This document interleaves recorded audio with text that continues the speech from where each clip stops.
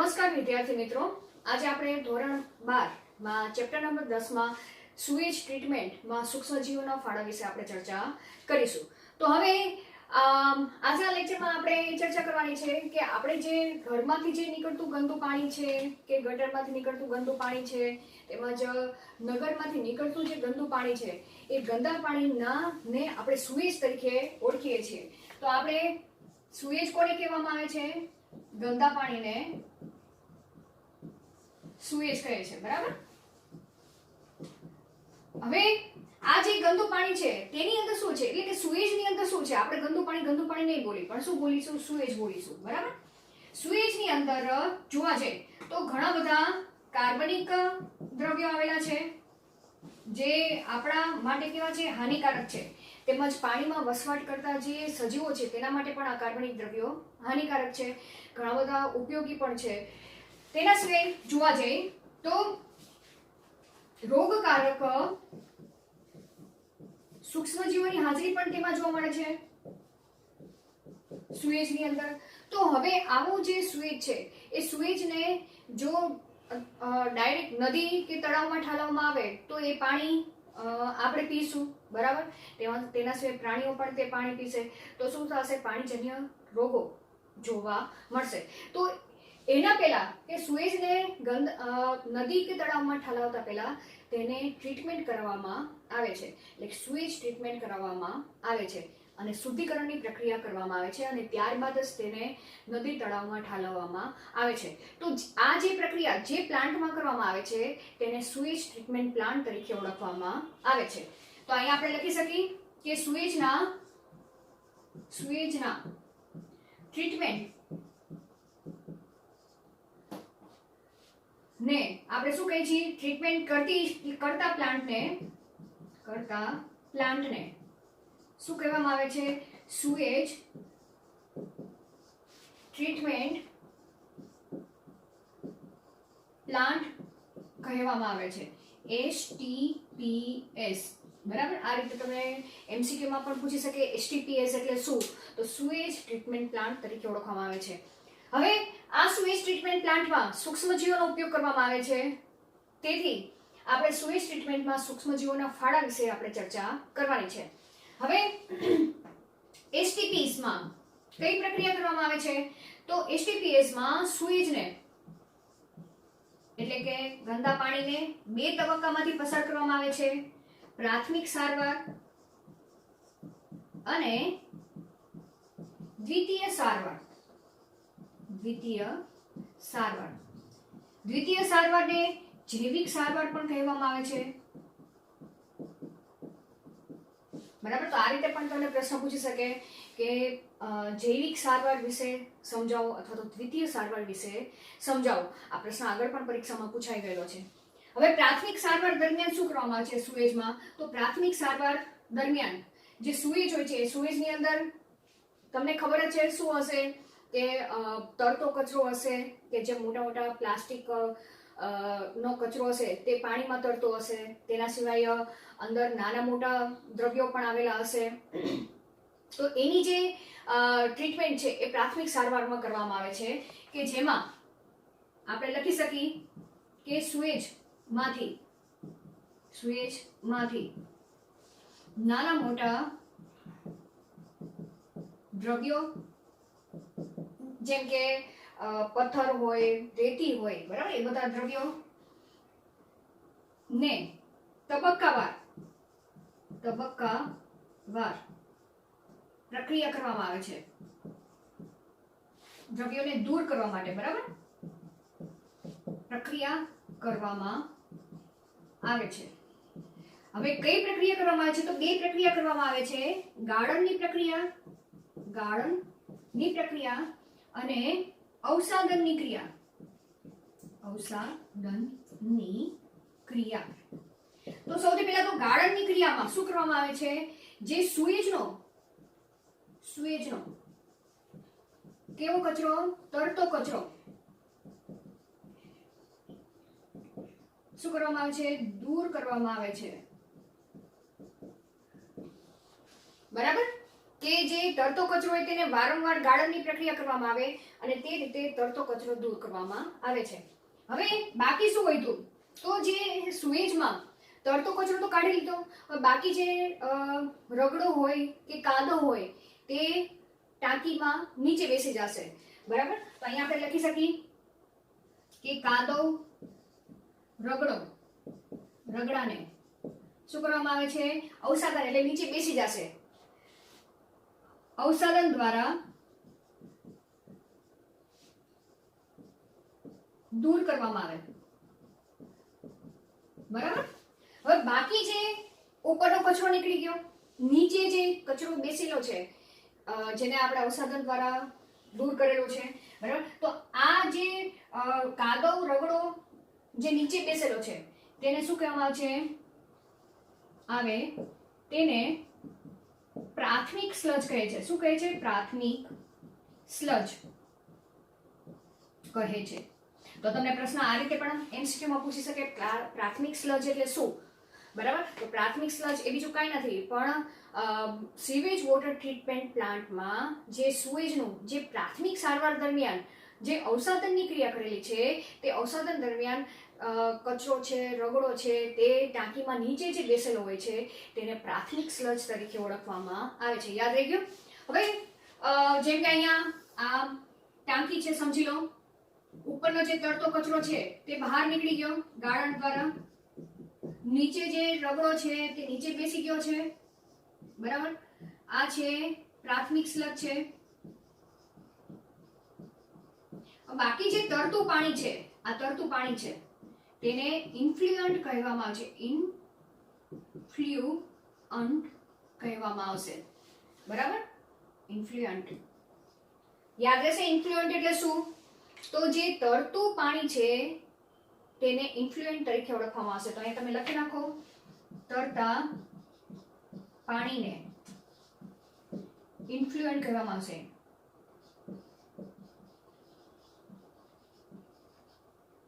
કહે છે. અહીંયા આપણે તમને પ્રાથમિક તબક્કો પૂર્ણ થઈ ગયો. હવે આપણે દ્વિતીય તબક્કા વિશે ચર્ચા કરી. તો અહીંયા તમને બે વ્યાખ્યા યાદ રાખવાની છે. પ્રાથમિક સ્લજ એટલે શું, ઇન્ફ્લુઅન્ટ એટલે શું, અવસાદનની ક્રિયા એટલે શું અને ગાળણની ક્રિયા શું, એ તો તમને આવડી જશે. હવે આપણે દ્વિતીય તબક્કા વિશે ચર્ચા કરી.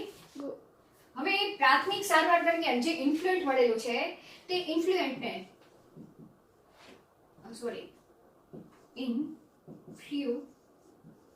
બરાબર, ઇન્ફ્લુઅન્ટને શેમાં પસાર કરવામાં આવશે? વાયુમય જારક ટાંકીમાં પસાર કરવામાં આવશે. શબ્દ પ્રયોજન શું કરેલો છે? વાયુમય જારક ટાંકીમાં પસાર કરવામાં આવશે. જેની અંદર, હવે આ ટાંકી કેવી હોય છે કે જેની અંદર ઓક્સિજન દાખલ કરવામાં આવશે. બરાબર? અને ઇન્ફ્લુઅન્ટને સતત યાંત્રિક રીતે આંદોલિત કરવામાં આવે છે, જેને કારણે શું થશે કે ઇન્ફ્લુઅન્ટ એટલે કે પાણી છે, બરાબર, તો એ પાણી સતત શું કરશે? રોટેટ થશે અને ઓક્સિજન બહારથી મળતો રહેશે અને તેમાં રહેલા જે જારક જેવી બેક્ટેરિયા છે તે સક્રિય થશે. બરાબર? તો મૂળ હેતુ તો શું છે કે આ જે પ્રક્રિયાને જૈવિક પ્રક્રિયા શા માટે કહે છે? કારણ કે અહીં જારક જેવી બેક્ટેરિયા દ્વારા શું થાય છે? જૈવિક પ્રક્રિયા જોવા મળે છે. તો અહીંયા આપણે કહી શકીએ કે ઇન્ફ્લુઅન્ટને જારકમાં પસાર કરવામાં આવે છે જ્યાં સતત યાંત્રિક રીતે પાણીને શું કરવામાં આવે છે? આંદોલિત કરવામાં આવે છે.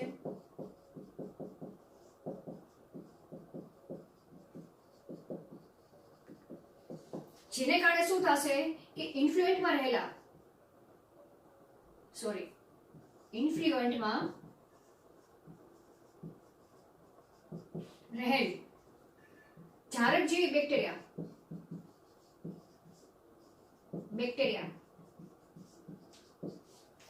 ઓક્સિજન મળેલું છે, જારક ટાંકી કીધું છે એટલે અંદર ઓક્સિજન વાયુ પસાર કરવામાં આવે છે. તો સુએજમાં રહેલા જે જારક જેવી બેક્ટેરિયા છે તેને ઓક્સિજન મળશે, તેની સાથે સાથે ખોરાક તરીકે પાણીમાં રહેલો કાર્બનિક કચરો એક ખોરાક તરીકે ઉપયોગ કરે છે. તો અહીંયા આપણે લખી શકીએ કે જારક જેવી બેક્ટેરિયા O2 ની મદદથી કાર્બનિક કાર્બનિક કચરાનું શું કરે છે? પાચન કરે છે. બરાબર, શું કરે છે? પાચન કરે છે. હવે પાચન કરશે એટલે નેક્સ્ટ પોઈન્ટ તમને ખબર છે, પાચનની ક્રિયા થાય એટલે એનર્જી મળશે. એનર્જી મળશે એટલે ઝારકજીવી બેક્ટેરિયા પ્રજનનની પ્રક્રિયા કરશે. કઈ પ્રજનનની પ્રક્રિયા? અલિંગી પ્રજનનની પ્રક્રિયા કરશે અને પોતાની વૃદ્ધિમાં વધારો કરે છે. બરાબર, તો અહીંયા લખી શકીએ આપણે કે પાચનથી તે શું કરશે? ઝારકજીવી બેક્ટેરિયા વૃદ્ધિ કરે છે. અને વૃદ્ધિ કરે છે તેની સાથે સાથે ઇન્ફ્લુએન્ટમાં રહેલી જે ફૂગ છે એ ફૂગ પણ બેક્ટેરિયા સાથે પ્રક્રિયા કરીને ફ્લોક્સ જેવી રચના તૈયાર કરે છે. બરાબર, તો અહીંયા નેક્સ્ટ પોઈન્ટ તમે લખી શકો કે ઝારકજીવી બેક્ટેરિયા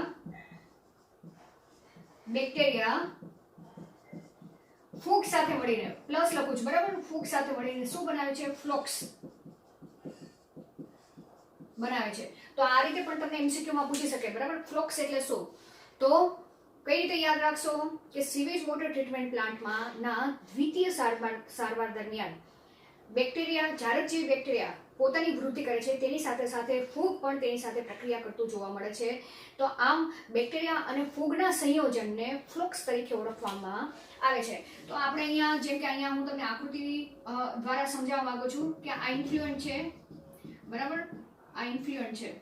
હવે ઇન્ફ્લુએન્ટની અંદર આ હું તમને બેક્ટેરિયા દેખાડું છું, ઝારકજીવી બેક્ટેરિયા. એ ઝારકજીવી બેક્ટેરિયા સાથે સાથે આ ફૂગના તંતુઓ તમને અહીંયા દર્શાવેલા છે. તો આ જે આખી જે રચના તૈયાર થઈ તેને શું કહેવામાં આવે છે? ફ્લોક્સ કહેવામાં આવશે. ખ્યાલ આવી ગયો? હવે આ જે ટાંકી છે, ઝારકજીવી ટાંકી છે, તેની અંદર આ પ્રક્રિયા ક્યાં સુધી ચાલુ રહેશે? તમને એક પ્રશ્ન એ પણ ઉદ્ભવે કે ક્યાં સુધી ઇન્ફ્લુએન્ટ છે તેને સતત યાંત્રિક રીતે આંદોલિત કરવામાં આવશે અને ઓક્સિજન વાયુ પસાર કરવામાં આવશે. તો જ્યાં સુધી પ્રદૂષણની માત્રા ઓછી નહીં થાય ત્યાં સુધી આ જે ઇન્ફ્લુએન્ટમાં સતત ઓક્સિજન વાયુ પણ પસાર કરવામાં આવશે અને તેને સતત આંદોલિત પણ કરવામાં આવે છે. બીઓડી દ્વારા પ્રદૂષણની માત્રા, પ્રદૂષણનું માપન કરવામાં આવે છે.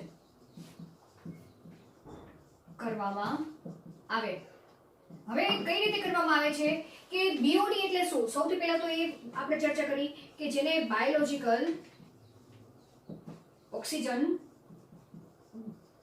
ડિમાન્ડ તરીકે ઓળખવામાં આવે છે. બરાબર, એટલે શું કે 1 લીટર પાણીમાં રહેલા કાર્બનિક દ્રવ્યોના ઓક્સિડેશન માટે સૂક્ષ્મજીવો દ્વારા વપરાતા ઓક્સિજનના જથ્થાને બીઓડી તરીકે ઓળખવામાં આવે છે. એની વ્યાખ્યા ખાસ યાદ રાખજો. કઈ રીતે? કે 1 લીટર પાણીમાં રહેલ, બરાબર, કોણ રહેલા છે? કાર્બનિક દ્રવ્યો રહેલા છે સુએજમાં. કાર્બનિક દ્રવ્યોના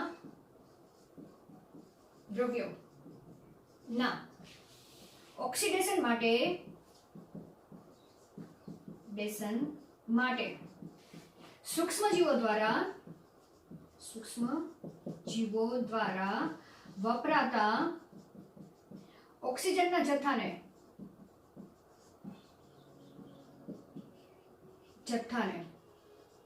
શું કરવામાં આવે છે? બીઓડી કહે છે. બરાબર, આ વ્યાખ્યા ખાસ યાદ રાખજો. પ્રશ્ન તરીકે પણ તમને પૂછી શકે બીઓડી એટલે શું. તો હવે બીઓડી નું માપન કરવામાં આવશે. બરાબર, વારંવાર માપન કરવામાં આવશે. અને ક્યાં સુધી માપન કરવામાં આવશે? જ્યાં સુધી બીઓડી નું પ્રમાણ ઓછું ન મળે, બરાબર, ત્યાં સુધી આ પ્રક્રિયા સતત કરવામાં આવશે. તો અહીંયા તમે લખી શકો કે બીઓડી નું પ્રમાણ ઓછું મળે, બરાબર, ત્યાં સુધી આ પ્રક્રિયા કરવામાં આવે છે. બરાબર, આ જૈવિક પ્રક્રિયા કરવામાં આવશે. એટલે કે આના ઉપર તમે સમજી શકો કે બીઓડી એકચ્યુઅલમાં શું છે. તો બીઓડી નું માપન જેમ વધુ આવે તો પ્રદૂષણ શું કહેવાશે? વધુ કહેવાશે. બરાબર, અને પ્રદૂષણ વધુ છે એટલા માટે તેની અંદર જો વધુનું વધુ સુએજની અંદર ઓક્સિજન પસાર કરવામાં આવશે તો સૂક્ષ્મજીવો તે ઓક્સિજનનો ઉપયોગ કરીને કાર્બનિક પદાર્થોનું ખોરાક તરીકે પાચન કરતા જશે અને ધીમે ધીમે કાર્બનિક પદાર્થો સુએજની અંદર ઓછા થતા જાય છે, બરાબર.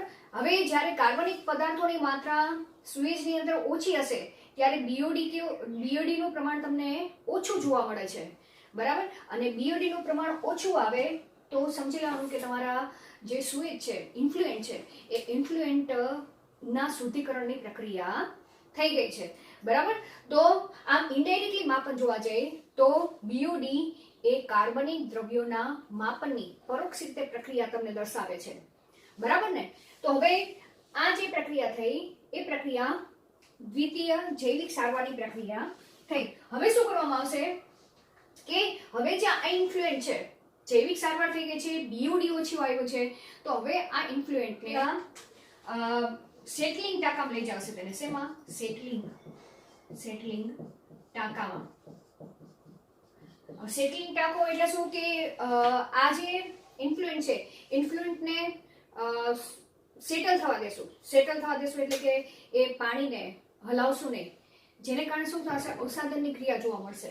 તો સેટલિંગ ટાંકામાં અવસાદનની ક્રિયા કરવામાં આવે છે, ક્રિયા થશે. અવસાદનની ક્રિયા એટલે શું કે જે કાર્બનિક જે કચરો છે એ તો વપરાઈ ગયો છે, બરાબર. એના સિવાય જે નાના નાના દ્રવ્યો હશે એ બધા શું થશે? નીચે સેટલ થશે. બેક્ટેરિયા કે જે એનો કચરો છે, નિષ્ક્રિય કચરો છે, એ બધો કચરો સેટલિંગ ટાંકામાં નીચે બેસી જશે, એટલે કે તેનું શું થાય છે? અવસાદન થાય છે. અને જે અવસાદન થાય છે તેને ક્રિયાશીલ સ્લજ તરીકે ઓળખવામાં આવે છે. શેના તરીકે ઓળખવામાં આવે છે? ક્રિયાશીલ સ્લજ તરીકે ઓળખવામાં આવે છે, બરાબર. તો ક્રિયા થશે જેને ક્રિયાશીલ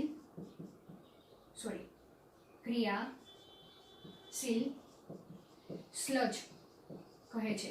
તો તમને પ્રશ્ન આ રીતે પણ એમસીક્યુમાં પૂછી શકે, ક્રિયાશીલ સ્લજ એટલે શું? તો આપણે અહીંયા તમને આ રીતે આકૃતિ કરીને તમને દર્શાવી શકું કે હવે આ જે ફ્લોક્સને આ જે બધી રચના છે, બરાબર, એમ સમજો કે જૈવિક પ્રક્રિયા ઓછી થઈ ગઈ, પ્રક્રિયા થઈ ગઈ છે, અહીંયા કાર્બનિક કચરો બધો વપરાઈ ગયો છે. તો હવે આ જે ઇન્ફ્લુએન્ટ છે, આ શું છે? ઇન્ફ્લુઅન્ટ છે. એ ઇન્ફ્લુઅન્ટ અહીંયાથી લઈ લેવામાં આવશે, બરાબર, અને એને સેટલિંગ ટાંકામાં નાખવામાં આવશે. સેટલિંગ ટાંકો જા. તો અહીંયા શું થશે? આ ઇન્ફ્લુએન્ટ નાખી દીધું. હવે જે ફ્લોક્સ છે કે બીજો કોઈ નકામો કચરો છે, બરાબર, એ બધા અહીંયા બેસી જશે નીચે. માનો કે આ ફ્લોક્સ છે, બરાબર. આ શું છે? ફ્લોક્સ છે, જે નીચે સેટલ થઈ ગયા છે, એટલે કે અવસાદનની ક્રિયા થઈ ગયા અહીંયા, બરાબર. આ રીતે ફ્લોક્સ તમને દર્શાવું છું.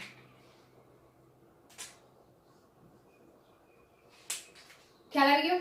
હવે આ જે સેટલિંગ ઉપર જે પાણી છે, આ જે ઉપરનું પાણી છે, એ ઉપરનું પાણી હવે કયું? શુદ્ધ થઈ ગયેલું છે. આ જે પાણી છે, ઇન્ફ્લુએન્ટનો ઉપરનો તરતો ભાગ છે, એ શુદ્ધ થઈ ગયો છે. અને તે શુદ્ધ થઈ ગયેલા ભાગને શું કરવામાં આવશે? નદી તળાવમાં છોડી દેવામાં આવશે.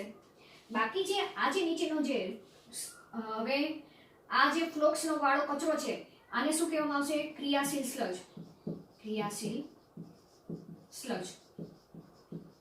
તો હવે આ ક્રિયાશીલ સ્લજનું શું કરવાનું? એમ સમજી લો કે આ જે પાણી છે તેને નદી તળાવમાં ઠાલવી દેવામાં આવશે, બરાબર. હવે જે ક્રિયાશીલ સ્લજ છે એ ક્રિયાશીલ સ્લજને પણ પાછા બે રીતે તેનો ઉપયોગ કરવામાં આવશે કે આમાંથી થોડો ભાગ, ક્રિયાશીલ સ્લજનો થોડો ભાગ એ નિવેશ્ય તરીકે ઉપયોગ કરવામાં આવશે. નિવેશ્ય એટલે શું? કે ઇનોક્યુલમ તરીકે તેને ઉપયોગ કરવામાં આવશે. કે બધો ક્રિયાશીલ સ્લજને હવે નાખી નહીં દેવામાં આવે. અહીંયા શબ્દ વાપરેલો છે ક્રિયાશીલ છે, એટલે કે એક્ટિવ ફોર્મમાં છે. આ જે ભાગમાં રહેલા જે ઝારક જેવી બેક્ટેરિયા છે તે કેવા છે? હજી એક્ટિવ છે અને તેનો ઘણો બધો જથ્થો છે, અને તે આપણા માટે હજી ઉપયોગી છે કે આગળ જે નવું જે ગંદુ પાણી આવવાનું છે તેના શુદ્ધિકરણ માટે આ ઝારક જેવી બેક્ટેરિયા ખૂબ જ ઉપયોગી છે. તો આ જે ઝારક જેવી બેક્ટેરિયા ક્રિયાશીલ સ્લજમાં રહેલા છે તે એક નિવેશ્ય તરીકે તેનો ઉપયોગ કરવામાં આવે છે, કે તેની થોડી માત્રા પણ આગળ વધારે ગંદા પાણીને શુદ્ધિકરણની પ્રક્રિયામાં તેનો ઉપયોગ કરવામાં આવે છે. તો અહીંયા આપણે લખી શકીએ કે ક્રિયાશીલ સ્લજનો થોડો ભાગ નિવેશ્ય તરીકે ઉપયોગ કરવામાં આવે છે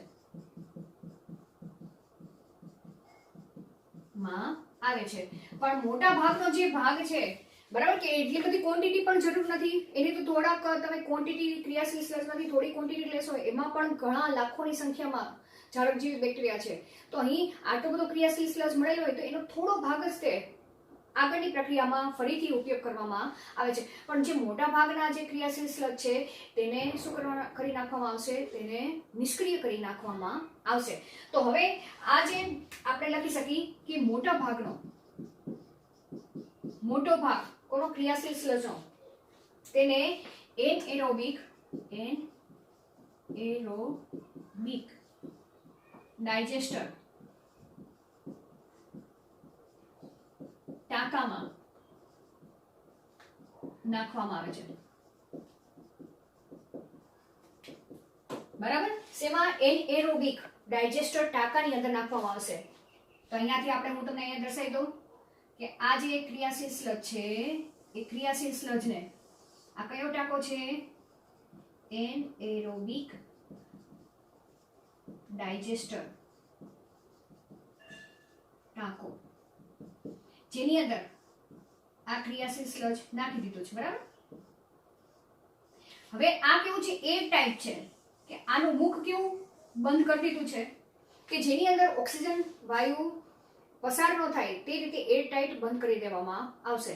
જેના કારણે શું થશે કે અહીંયા જે એનએરોબિક બેક્ટેરિયા હશે ક્રિયાશીલ સ્લજમાં રહેલા હોય, બરાબર, તો તે એનએરોબિક બેક્ટેરિયા સક્રિય થશે ઓક્સિજનની ગેરહાજરીમાં, અને તે એનએરોબિક બેક્ટેરિયા એટલે કે અજારકજીવી બેક્ટેરિયા એ ક્રિયાશીલ સ્લજમાં રહેલા જારકજીવી બેક્ટેરિયા અને ફૂગનો શું કરે છે? પાચન કરે છે. તો અહીંયા શું કઈ પ્રક્રિયા થાય છે? અજારકજીવી બેક્ટેરિયા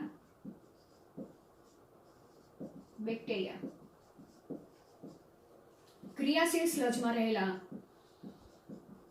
સ્લજમાં રહેલ જારકજીવી બેક્ટેરિયા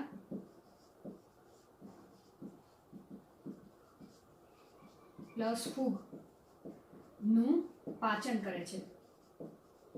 બરાબર, હવે પાચન કરે તો અજારકજીવી બેક્ટેરિયા પાચન કરશે તો તમને ખબર છે અજારક પ્રક્રિયાને અંતે વાયુ ઉત્પન્ન થાય છે. જેમ કે ચર્ચા કરવા જઈએ તો મિથેન વાયુ એટલે કે બાયોગેસ વાયુ અહીં ઉત્પન્ન થાય છે. બરાબર, તો અહીંયા લખી શકીએ બાયોગેસ વાયુ ઉત્પન્ન થાય છે. કયા કયા બાયોગેસ વાયુ? CH4 મિથેન વાયુ, H2S વાયુ, તેમજ હાઇડ્રોજન વાયુ, બરાબર, CO2 વાયુ, આ બધા વાયુ કેવા ઉત્પન્ન થાય છે? આ બાયોગેસ વાયુ ઉત્પન્ન થાય છે. અને આ બાયોગેસ વાયુનું બળતણ તરીકે, બરાબર, ગામડાઓમાં તેનો ઉપયોગ કરવામાં આવે છે. તો અહીં આપણે લખી શકીએ બળતણ તરીકે ઉપયોગ કરવામાં આવે છે. તો અહીં તમે જોવા જાઓ તો આખી આ પ્રક્રિયામાં જે વેસ્ટ મળે છે એ વેસ્ટમાંથી પણ વાયુ બનાવવામાં આવે છે અને તેનો ઉપયોગ કરવામાં આવે છે. તો આ રીતે ગંગા એક્શન પ્લાન્ટ તેમજ યમુના એક્શન પ્લાન્ટ, બરાબર, ટ્રીટમેન્ટ પ્લાન્ટ નો અત્યારે હાલમાં પણ એ પ્રોજેક્ટ ચાલી રહેલો છે કે દ્વિતીય ઇન્ફ્લુઅન્ટને નૈસર્ગિક જળાશયોમાં પછી નદી તળાવમાં ઠાલવી દેવામાં આવશે. બરાબર, અને ગંગા એક્શન પ્લાન્ટ આ રીતે અહીંયા લખી શકીએ આપણે ગંગા એક્શન પ્લાન્ટ અને યમુના એક્શન પ્લાન્ટ હાલ કેવા છે? કાર્યરત છે. બરાબર, હાલ કાર્યરત છે. કારણ કે ગંગા નદીને શુદ્ધિકરણની પ્રક્રિયા કરવામાં ત્યાં આ પ્લાન્ટની સ્થાપના કરવામાં આવેલી છે. તો અહીં આપણો આ સીવેજ વોટર ટ્રીટમેન્ટ પ્લાન્ટમાં સૂક્ષ્મજીવો એ ખૂબ જ બહોળા પ્રમાણમાં મહત્વનો ભાગ ભજવે છે અને તેના દ્વારા પાણીના શુદ્ધિકરણની પ્રક્રિયા કરવામાં આવે છે. તો અહીં આપણે આ ટોપિક પૂર્ણ કરી છીએ. આગળના ટોપિકમાં આપણે બાયોગેસ પ્લાન્ટ વિશે ચર્ચા કરીશું. Thank you.